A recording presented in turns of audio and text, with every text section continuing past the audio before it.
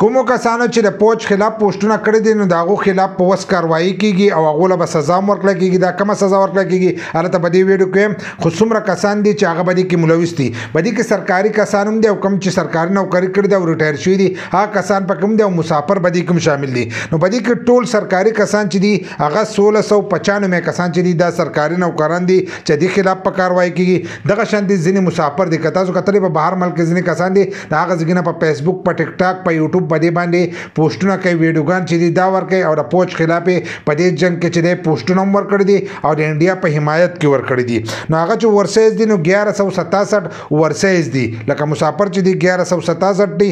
دغه شانتي په دې کې ریټایر کم چې سرکاري نوکري کړي او بیا ریټایر شوي دي نو په دې کې هغه دي 2345 کسان چې دي هغه پکې دغه شامل دي او د دې شناخت چې دی هغه شوی دی.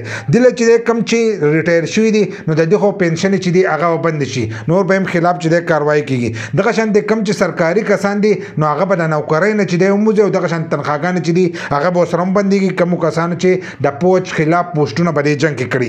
دغه شان د کم چې اورسیز پاکستانیان دي نو هغه چې په ایرپورټ باندې راځي نو په ایرپورټ باندې به هغه نیولی کیږي. نو تاسو له پکار دي چې احتیاط کوئ بل لا چې دا قسم پوسټونه نه دي پکار. دا په ملک کې دننه حالات نه خراب که په ملک کې دننه حالات خراب وي په هغې باندې زیاتر کسان چې دی هغه پوسټونه کوي خو دا د بل ملک سره جنګ و نو په دغه وخت کې چې دی په خپل پوج پسې خبرې کول چې دي دا نه دي پکار.